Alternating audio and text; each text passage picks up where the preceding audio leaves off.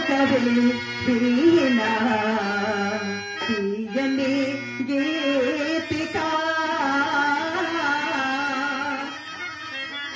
నాలో నాగే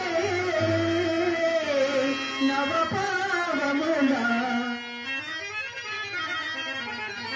పలుకవే వీణా తీయని గీతిక పలుకవే వీణా తీయని గీతిక నాలో నాగే నవపావముల నాలో నాగే నవపావముల పలుకవే వీణా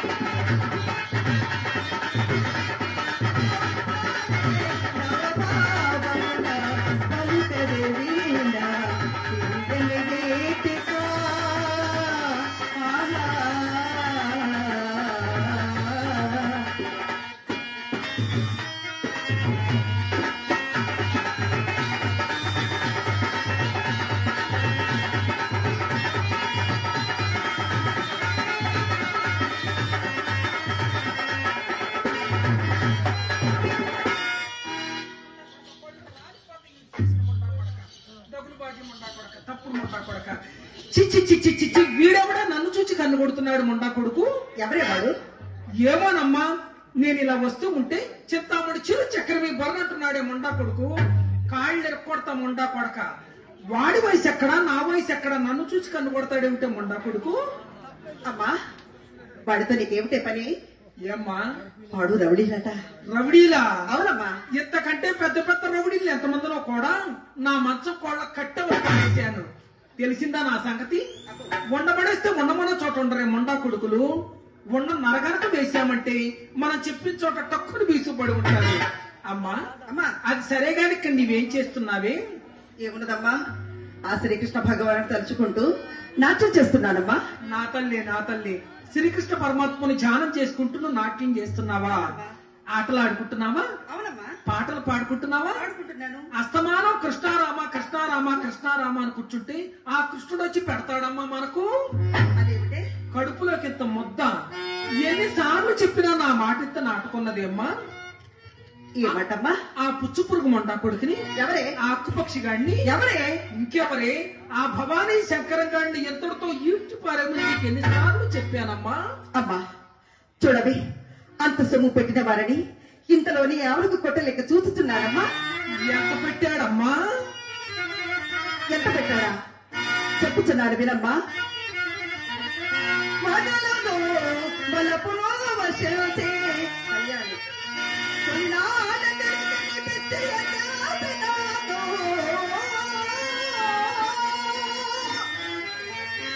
వచన మెడలోనే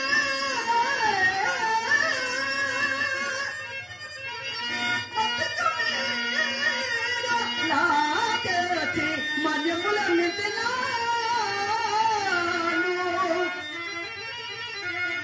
బలసరాలకై పుట్ట పుట్టములకై దివ్య విక్రయము చేయాల్సినాను. తినబెచ్చములకని తినమానములకని పెళ్ళాములకను మాత్రాను. అంది బదలను తోబే అమ్మా, అంది బదలను తోబే ఎత్తులు మాటే ఎత్తులు తడోని ఏగిమల్దు ఆతడు సురన్నా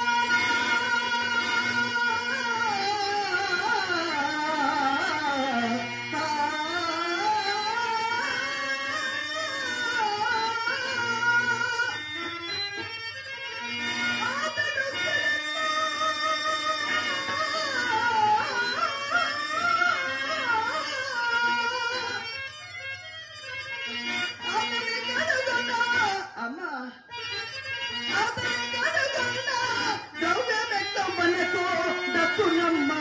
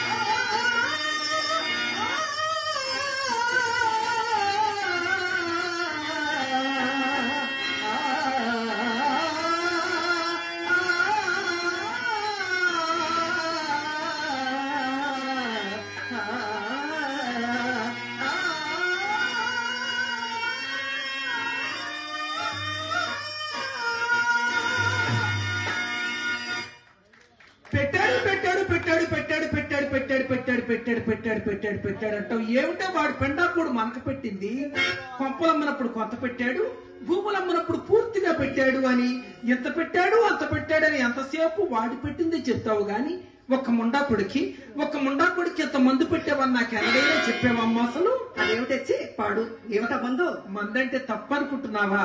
ఏమిటో పిచ్చి పిల్ల, తప్పు ఇప్పుడంటే చెప్పు చేతికి వస్తుంది, తప్పేమిటే తప్పు? సాయంత్రం అంటే అలా చేస్తారా అమ్మా? నేను చెప్తాను, మీరు నేర్చుకో అమ్మా. చెప్పలే.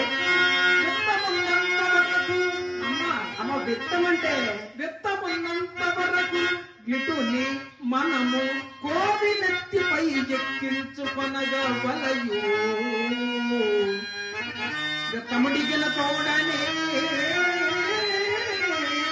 బిడియముడికి కుక్కనప్పోలే బయటకు నెట్ట వలయు. సాయంత్రం అంటే ఎలా చేస్తారు గాని ఇదేమిటమ్మా నా చట్టుబండ అమ్మా అమ్మా? అది కుక్కనో? ఏ కుక్క? గజ్జి కుక్కే. అమ్మా చూడవే, నీ కాలంలో ఇలాగ చేసావటే నువ్వు. ఇప్పుడు అవన్నీ ఎందుకులే అమ్మా. అమ్మా నేను సానితనం చేస్తున్న రోజుల్లో ఈ రాజుపాలెంలో ఒక్క మగాడైన పెళ్ళంతో కాపురం చేసేవాడమ్మా అసలు. ఒకరెనక ఒకరు ఈ ఊరు పెద్దలంతా ఎప్పుడు మన ఇంటికి వస్తూ పోతూ ఉండేవారే. అది నువ్వు కాక పడులోకి సాధించి క్షణములో కొతరి 100,000 గుంజినాను.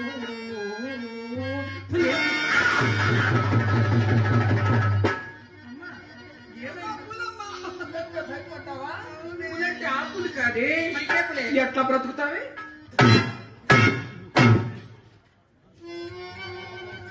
పిచ్చి పిల్ల, పులంటే ఆకులు కాదమ్మా, కేపులే. ఒకప్పుడు మన ఇంటికి వచ్చేవారు పులిలాగా ఉండేవాడు మహానుభావుడు గరిక ముక్కల గంగయ్యాచారి గారని. అత్యంత మనిషి, ఎంత పెద్ద ఛాతి, బుర్రమిసాలు, కిర్రు చెప్పులు వేసుకొని మన వీధిన కర్రు కిర్రు కర్రు కిర్రు కర్రు కిర్రు అని నడిచి వస్తుంటే పెద్ద పూలు వచ్చినట్టుండేది. అంతేకాకుండా దానికి ఇంకో ప్రత్యేకత కూడా ఉండేదిలే అమ్మా. అమ్మో, అది మాత్రం నన్ను అడగబాకవే. చెప్పవే. తల్లి బిడ్డలు చెప్పుకునే విషయాలు కాదమ్మా ఇవి. ఏమ్మా? ఏమీ లేదమ్మా. సంతకాడం తెల్లవారులు విడిచిపెట్టేవాడు కాదు ముండా కొడుకు. అందుకని ఆ ముండా కొడుకుని పులితో పోల్చానమ్మా. పులంటే అడవుల్లో తిరిగి పులి అనుకున్నావా తల్లి? వంటి వాడై పరమనైష్టికుడైన పడదీసి నోటను ఎంగిలి పెట్టి తినిపించిన. ఏమైందమ్మా? ఆయన నీ ఎంగిలి ఎవరు తింటారే? అయ్యో, అప్పట్లో నా ఎంగిలికి ఎంత డిమాండ్ ఉండేది. శ్రీహరి ఎంగిలి అంటే చక్కెర పొంగల్ తిన్నట్టు తినేవాళ్లే ఆ రోజుల్లో. అంత డిమాండ్ ఉండేదమ్మా ఆ రోజుల్లో. అమ్మా, పాపం చెప్పమంటే మన దీపమార్చి చక్కపోతుంది. పాపం ఏమిటే పాపము. అమ్మా, మన కాశీ వెళ్ళి తీర్థం పట్టుకొచ్చి పోసినా వాళ్ళకు రుచిచ్చదే. మనం ఇంత బందర్ మిఠాయి రెడ్డిని కొరికి వాడి నోటుకు అందిస్తే బొక్కు బొక్కు బొక్కు తినేడు. అటువంటి వారికి అలా చేస్తే పాపం ఏమీ లేదమ్మా. అలాగా అమ్మా? ఈ విధంగా చూస్తే నువ్వు చాలా వరకు సంపాదించావన్నమాట. అమ్మా, అయితే నేను ఒక మాట అడుగుతాను. అడగమ్మా. నేను అడుగుతాను, మరి నువ్వేమనుకో. నేనేమి అనుకోను, అడగ. కొట్టేస్తే చెప్తా. అమ్మా, మరి నేను పెద్దదారునగసరికి మరి ఇంట పూచిక పుల్లైనను లేదు కదా. మరి నేను అంత గంచాను, ఇంత సంపాదించాను, అంత సంపాదించాను అంటే మరి ఏం చూసావే సంపాదించిందంట? అది కూడా అడిగేసావా అమ్మా? అడగొద్దా మరి? అదొక్కటేనమ్మా నా వల్ల జరిగిన పెద్ద పొరపాటు. ఏంటది? ఒకప్పుడు మన ఇంటికి ఒక పిసిని కొట్టు ముండా కొడుకు వచ్చేవాడే. ఎవరే వాడు? వంకాయల వెంకట్రామయ్య గారని. వంకాయల వెంకట్రామయ్య గారి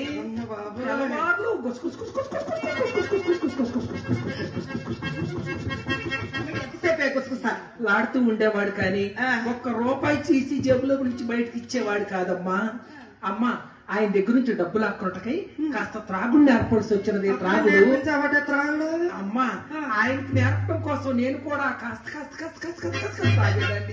నువ్వు తాగావా? మరి నేనేం చేయలే. నేను త్రాగకపోతే ఆయన త్రాగేవాడు కాదు. అయ్యో, నాకు ఎక్కకపోతే ఆయనకి ఎక్కేది కూడా కాదు. అసలు ఎక్కదు కదా పాపం. కైపు. అందుకని మేమిద్దరం ఇంత సారాయి బుట్లు ఎదురెదురు పెట్టుకొని అమ్మా నువ్వు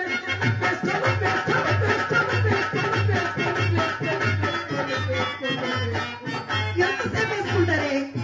వేసుకునే వాళ్ళం, తెల్లవారులు వేసుకునే వాళ్ళం.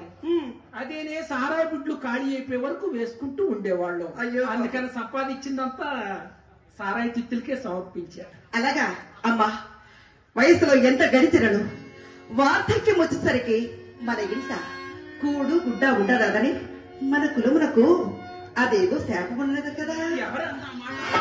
పుష్ప, మల్లిక, మందార, మకరంద కళ్ళల్లో నిప్పులు పోసుకుంటున్నారే మాయిదారి ముండలు. అమ్మా, అవి మనమంటే గిట్టల వారు చెప్పే మాటలే. పూర్వపు వీటిలైతే వయసు మండిన వానకాంతలను వాడిన కొలవలే మూచూచుడు వారు కాదమ్మా. మరి ఇప్పటి వారే? అయ్యో, ఇప్పటి వారా అమ్మా?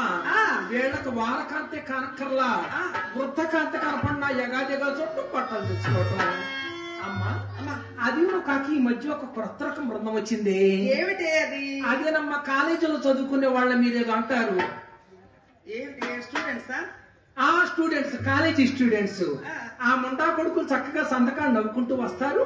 తెల్లవారుజామున వెళ్లేటప్పుడు ఆ దొడ్లో పెట్టిన సబ్బు ముక్కలు చెంబులు కూడా ఎత్తుకుపోతున్నారే.